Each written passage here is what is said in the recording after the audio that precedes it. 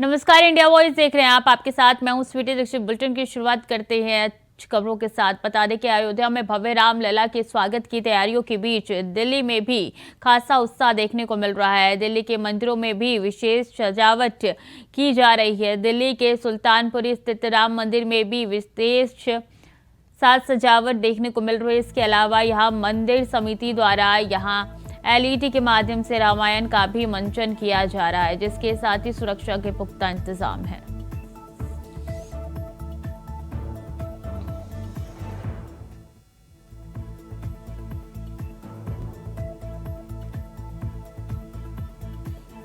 तो सुरक्षा के पुख्ता इंतजाम है, क्योंकि 22 तारीख को प्राण प्रतिष्ठा होने जा रही है और ऐसे में हर तरफ सिर्फ उत्साह ही उत्साह नजर आ रहा है। तस्वीरें आप तक पहुंचा रहे हैं दिल्ली के मंदिर की कि किस तरीके से यहाँ पे साज सजावट की गई है। हर किसी के अंदर ये उत्साह दिखाई दे रहा है। राम में पूरा देश हो चुका है और ऐसे में आयोजन अलग अलग जगह की जा रही है।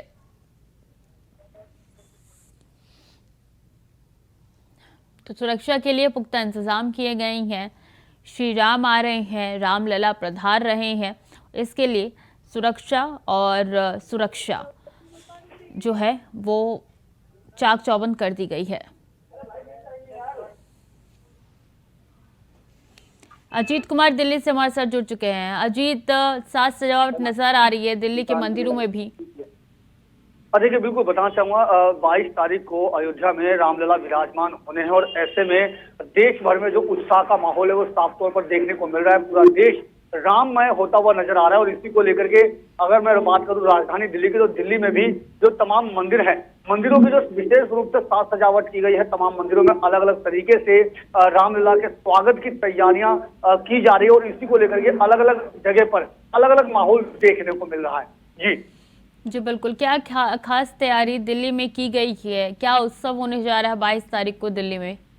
देखिए, बताना चाहूंगा, दिल्ली में अलग अलग समय पर अलग अलग प्रोग्राम होने हैं। अगर मैं 22 तारीख की बात करूं तो 22 तारीख को तमाम जगह पर अलग अलग तैयारी की जा रही है, चाहे वो महायज्ञ की बात करें, शोभा यात्रा की बात करें या फिर अन्य अनुष्ठान की बात करें। अलग अलग तरीके से लोग इस दिन को एक उत्सव के रूप में मनाने की तैयारी, पर्व के रूप में मनाने की तैयारी में हैं। अगर मैं बात करूं, ना केवल 22 तारीख बल्कि से पहले भी दिल्ली के अलग अलग इलाकों में शोभा यात्राएं देखने रही है, महायज्ञ किए जा रहे हैं, जैसा कहा।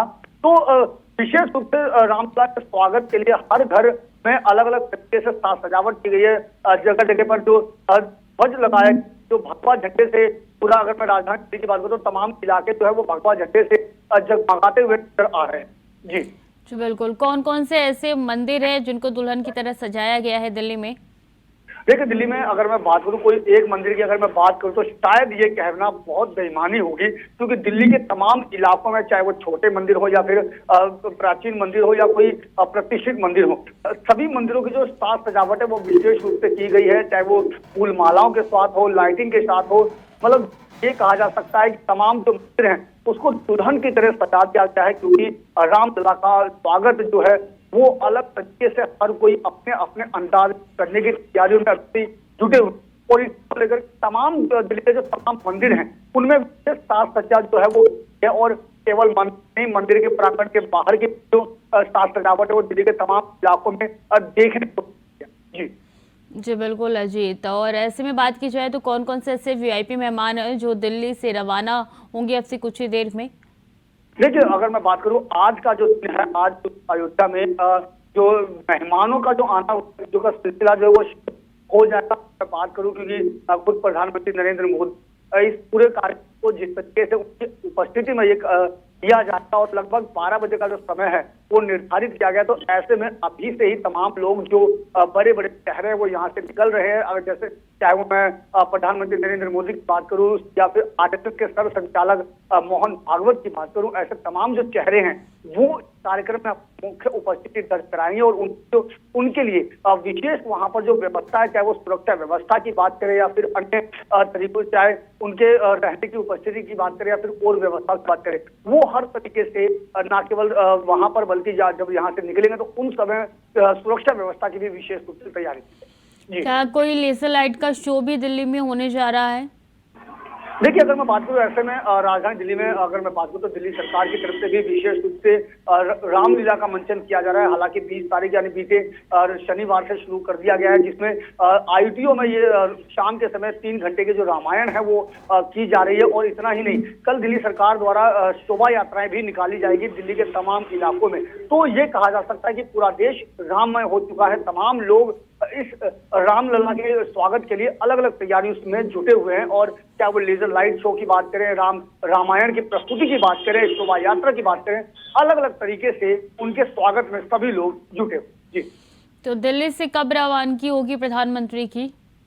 देखिए, बात करें अगर प्रधानमंत्री नरेंद्र मोदी पहले से ही इस समय तमाम मंदिरों के अनुष्ठान में गए हुए हैं। जैसा कि वो अलग अलग देश के तमाम इलाकों में इस समय क्योंकि वो अनुष्ठान में है और अलग अलग मंदिरों का वो दौरा कर रहे हैं, तो दिल्ली नहीं, वो दिल्ली के बाहर के मंदिरों में भी जा रहे हैं। और कल वो अयोध्या में पहुंचेंगे। फिलहाल जैसा कि मैंने बताया कि वो अलग अलग जगह पर दिल्ली के अलावा चाहे वो कर्नाटक हो, केरल हो, ऐसे तमाम मंदिरों में कल साउथ दिल्ली के साउथ इलाका जो देश का जो माना जाता है, वहाँ कर्नाटका में भी वो पहुंचे हुए थे। तो ऐसे में वो तमाम मंदिरों का दौरा कर रहे हैं और अलग अलग इलाकों में जा करके अपने अनुष्ठान को वो पूरा करें। जी, ठीक है जी, तो बहुत बहुत धन्यवाद आपका तमाम जानकारियों के लिए।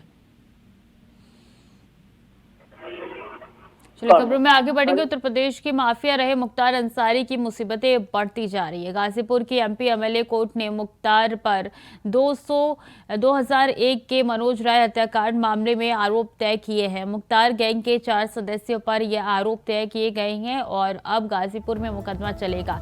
15 जुलाई 2001 में हुई मनोज राय हत्याकांड के मामले में मनोज के पिता शैलेंद्र राय ने मुख्तार और अन्य लोगों के खिलाफ मुकदमा दर्ज करवाया था। आरोप तय हो जाने के बाद मुकदमे की अगली सुनवाई 30 जनवरी को की जाएगी। मुख्तार के अधिवक्ता लियाकत अली ने मीडिया कर्मियों से बातचीत के दौरान इस बात की जानकारी दी है कि जुलाई 2001 में उसरी चट्टी हत्याकांड में मारे गए शख्स मनोज राय के पिता ने 2003 में मुख्तार अंसारी समेत कुल 10 लोगों पर आईपीसी की धारा 147, 148, 149, 302 और 34 के तहत मुकदमा दर्ज कराया था। इस पूरे मामले में सुनवाई करते हुए एमपी एमएलए कोर्ट में अपर सत्र न्यायाधीश ने मुख्तार समेत 4 लोगों पर आरोप तय किए हैं।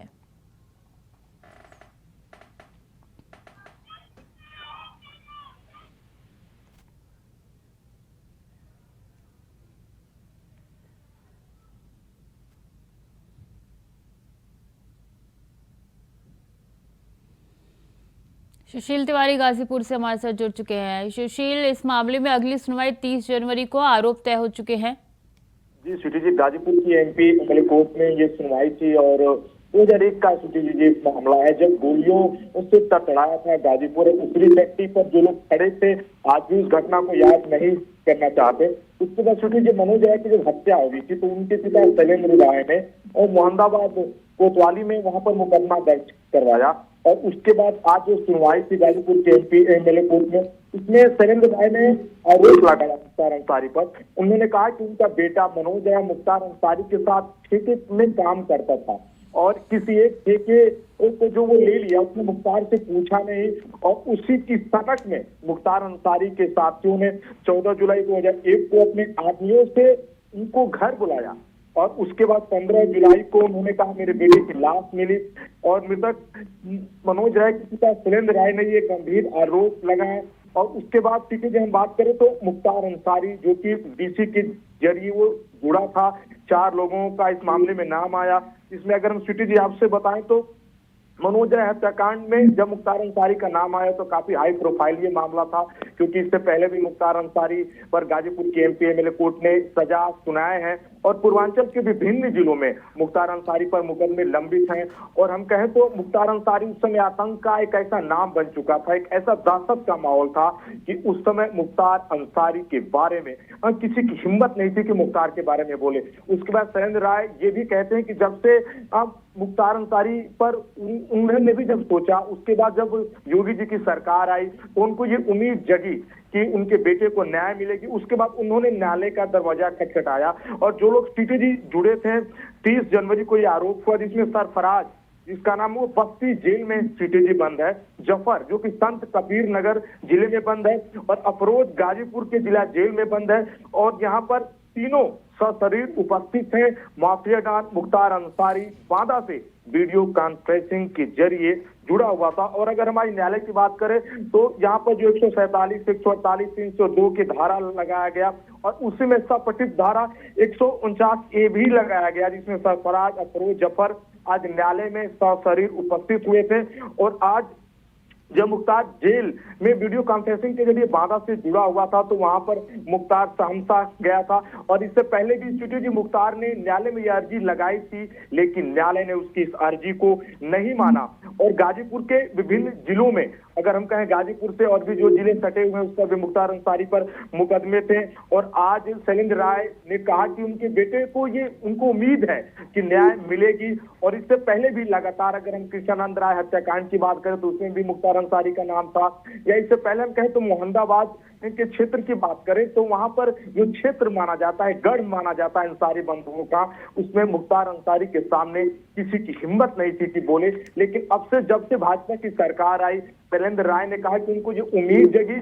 उसके बाद जो 2001 का मामला था, उन्होंने जाकर मोहम्मदाबाद कोतवाली में वहां पर मुकदमा दर्ज कराया। उसमें से 4 लोगों को यहाँ पर गाजीपुर की MP MLA कोर्ट में उनकी सुनवाई हो रही है।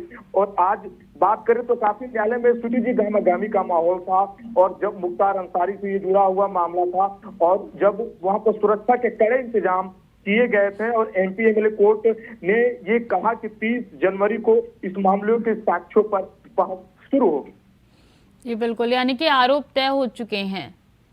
जी स्वीटी जी सही कहा आपने। इससे पहले भी हम कहें तो मुख्तार अंसारी पर यहाँ पर विभिन्न मुकदमे दायर हैं। और आज मुख्तार अंसारी से जुड़े ये मामले में लियाकत अली ने भी कहा, जो कि मुख्तार अंसारी के वकील हैं, और उन्होंने इससे पहले भी न्यायालय से ये गुहार लगाई कि मुख्तार का इसमें कोई रोल नहीं था। लेकिन इससे पहले भी हम लोगों ने देखा जो कि कपिल देव सिंह हत्याकांड में भी मुख्तार अंसारी का नाम आया था। और इससे जुड़े और भी जो भी गाजीपुर जिले में बड़े अपराध हुए उनमें मुख्तार अंसारी का नाम था।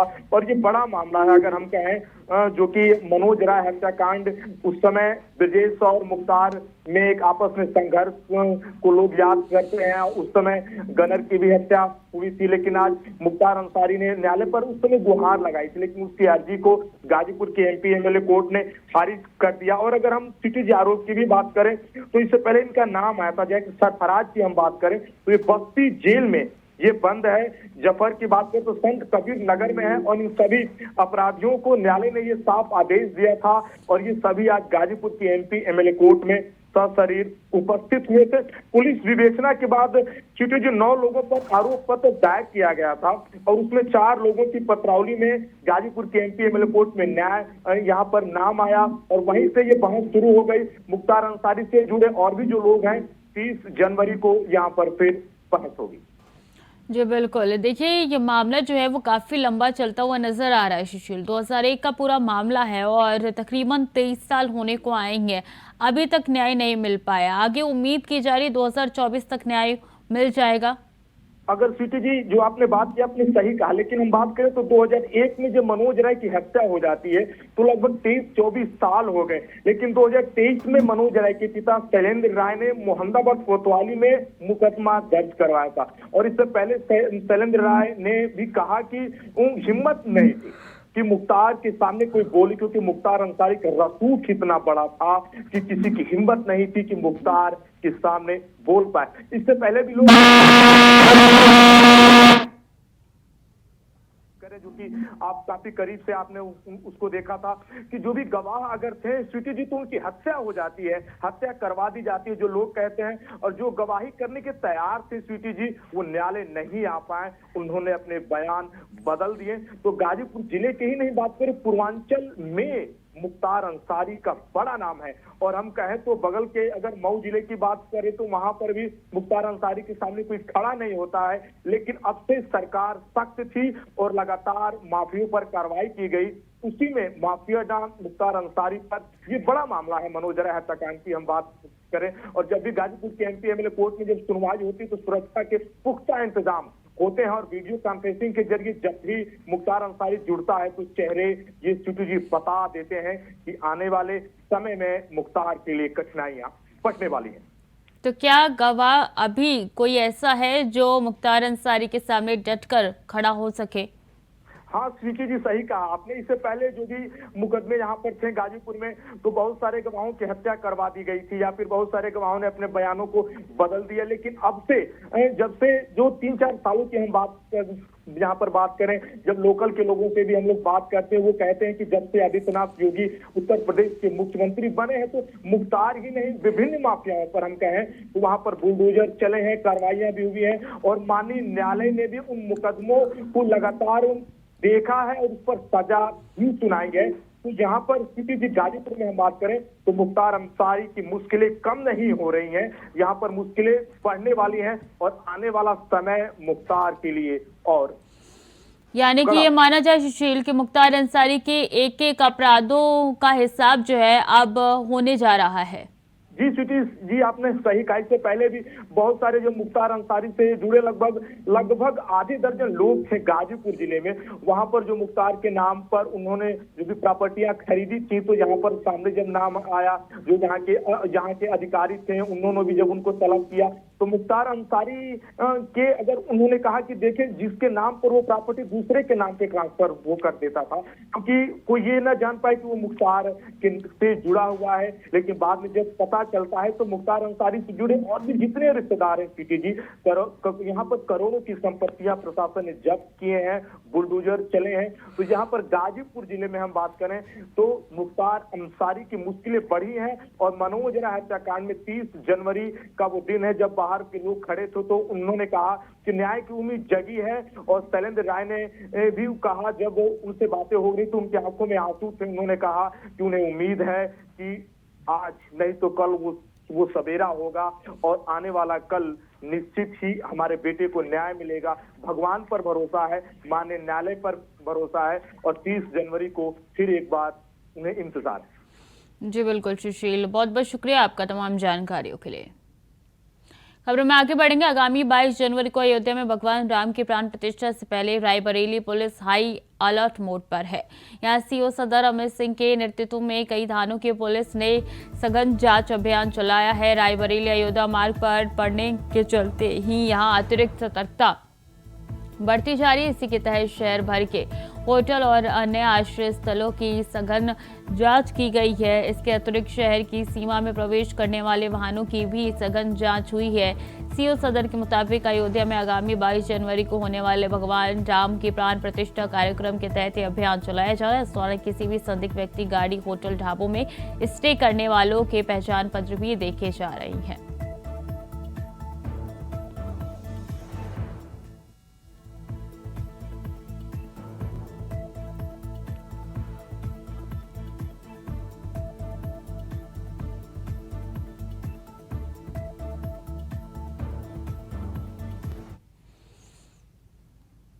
संत, महंत और धर्माचार्यों का 50 सदस्यीय दल शनिवार को अयोध्या में 22 जनवरी को आयोजित हो रहे राम लला प्राण प्रतिष्ठा महोत्सव से शामिल होने के लिए रवाना हो गया। प्रभु श्री राम के जय घोष के साथ रवाना हुए ये सभी लोग रामलला की नगरी जाने को लेकर उत्साहित नजर आए। महंत फुलडोल बिहारी दास महाराज ने कहा है कि सभी राम भक्तों पर भगवान श्री राम की कृपा है, जिन्हें इस ऐतिहासिक पल के साक्षी होने का सौभाग्य मिला है। सैकड़ों वर्षों के संघर्ष के बाद प्रभु राम भव्य मंदिर में विराजमान होने जा रहे हैं। अखाड़ा परिषद उत्तर प्रदेश के अध्यक्ष हरिशंकर दास नागा ने कहा है कि सैकड़ों वर्षों की तपस्या के बाद भगवान राम अपने मंदिर में विराजित होंगे।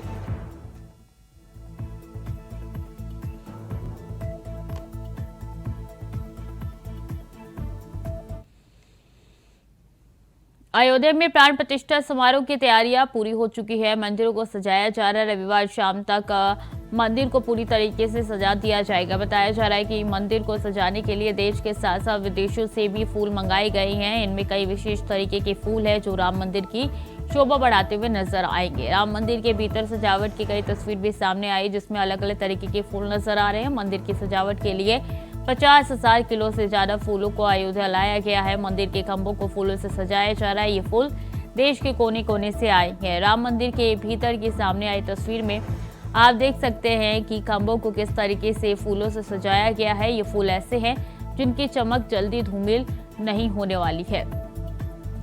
सजावट में गेंदे का फूल भी इस्तेमाल किया जा रहा है। इसके साथ साथ लाल, पीला और हरा नीले रंग का फूल इस्तेमाल किए जा रहे हैं। फूलों की सजाने के लिए मंदिर के भीतर के हर खंभों पर भी लाइटिंग भी जबरदस्त लगाई गई है। अलग अलग पिलर्स को लाइटिंग से सजाया गया है।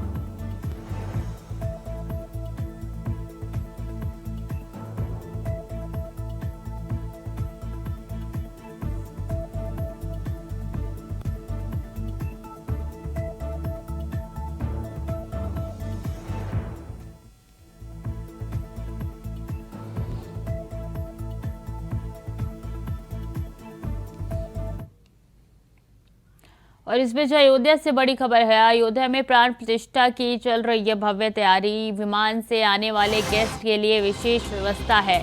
कार्यक्रम में 100 से ज्यादा विमानों से आएंगे गेस्ट। तो अयोध्या से इस वक्त की बड़ी खबर है। बता दें कि अयोध्या में प्राण प्रतिष्ठा की चल रही है तैयारी। कार्यक्रम में 100 से ज्यादा विमानों से आएंगे गेस्ट। 100 विमानों में से कुछ निजी विमान से आएंगे गेस्ट। इतनी बड़ी संख्या में विमानों को खड़ा करना एक चुनौती बनी हुई है। अयोध्या एयरपोर्ट पर 100 विमानों को खड़ा करना चुनौती है। लखनऊ वाराणसी एयरपोर्ट पर खड़े किए जाएंगे विमान। गोरखपुर कानपुर एयरपोर्ट पर भी खड़े किए जाएंगे विमान। तो अहम जानकारी आप तक पहुंचा रहे, जहां हर तरफ गूंज नजर आ रही है और बड़ी चुनौती विमानों को लेकर है कि किस तरीके से खड़े किए जाएंगे।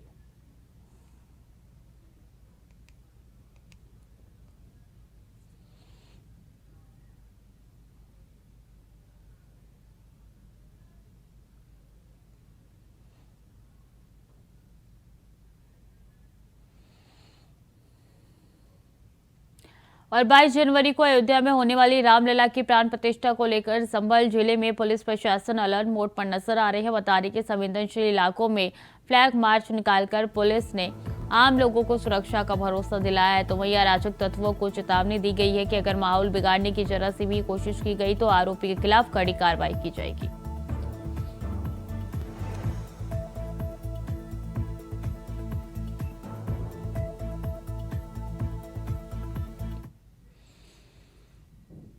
खबर जौनपुर से है, जहां भगवा में राम भक्तों में उत्साह देखने को मिल रहा है। वहीं मुस्लिम बंधुओं ने राम भक्तों पर पुष्प वर्षा किया है। हजारों की संख्या में राम भक्त निकले पदयात्रा पर जय श्री राम के जयकारे लगाए।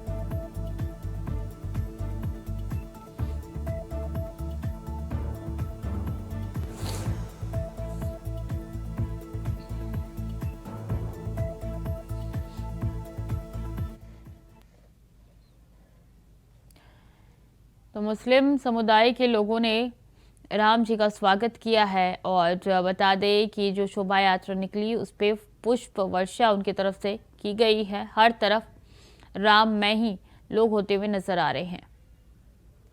विवेक हमारे साथ जुड़ चुके हैं ज़्यादा जानकारी के लिए। विवेक, एक अलग तस्वीर इस बार निकल के सामने आई जहां मुस्लिम बंधुओं ने पुष्प वर्षा की है शोभा यात्रा पे।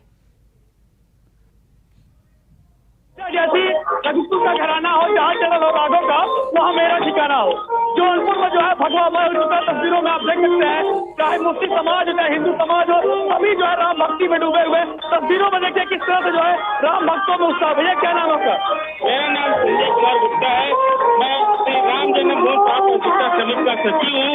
और यह अद्भुत दृश्य आपके नगर शाहगंज में दिख रहा है। ये प्राण प्रतिष्ठा समिति के द्वारा आज नगर में एक भगवाधारी वस्त्र में सभी नगर के सदस्य यहाँ पे निकले हुए हैं। पूरा परिवार, पूरे महिलाएं, पूरे बच्चे के साथ हम सभी लोग आज प्रभु श्री राम जी के चरणों में अपने श्रद्धा सुमन को अर्पित करते हुए अपने राम जन्मभूमि के प्रति अपनी आस्था प्रकट कर रहे हैं। और मैं आपके चैनल के माध्यम से एक निवेदन करना चाहूंगा कि कृपया 22 तारीख को दिन में 11 बजे से 1 बजे तक आप अपने नजदीकी मंदिर में सभी नगरवासी परिवार सहित वहां पे उपस्थित होंगे। और उस दौरान उस मंदिर में आपको अक्षत और पुष्प के साथ आपके हाथों में होगा। और बिल्कुल जो जहाँ चरण हो राघव का वहाँ मेरा ठिकाना हो। तस्वीरों में आप देखिए किस तरह से जो है राम भक्तों में उत्साह है। पूरा जनपद जौनपुर जो है भगवामय हो चुका है और मुस्लिम समाज भी जो है राम भक्तों पर जो है पुष्प वर्षा कर रहा है। लगातार जो है इंडिया वाइड जो है जौनपुर में राम भक्तों की उत्साह दिखाना, अपने कैमरा मैन से करा तो यहाँ की तस्वीर दिखा, तस्वीरों में देखिए चाहे महिला है चाहे बच्चे सभी जो है हाथों में भगवा झंडा लेकर जो है प्रोग्राम की जो है जयकारा लगाने कहा जाए। 22 जनवरी को जो प्रोग्राम लगा जो है अपने भव्य मंदिर में विराजमान होंगे और जो एक उत्साह रहेगा हर कोई उस साक्षी बनना चाहता है। लेकिन हम जो है जब तक जौनपुर में तमाम मंदिरों में साफ सफाई चल रही है और मंदिरें जो सबके तैयार हो गए उस सुरक्षा का पुख्ता इंतजाम किया गया है। 22 जनवरी को जो है जब भगवान रामलला जो है मंदिर विराजमान होंगे उसी को लेकर जो है पूरा जो है जनपद जौनपुर जो है और राम भक्ति में डूबा हुआ। जी बिल्कुल विवेक, बहुत बहुत शुक्रिया आपका तमाम जानकारियों के लिए। तो देख रहे हैं किस तरीके से शोभा यात्रा राम रथ निकाला जा रहा है और उसके ऊपर पुष्प वर्षा भी की जा रही है। फिलहाल के लिए बुलेटिन में इतना ही। खबरें लगातार जारी है, देखते रहिए इंडिया वॉइस।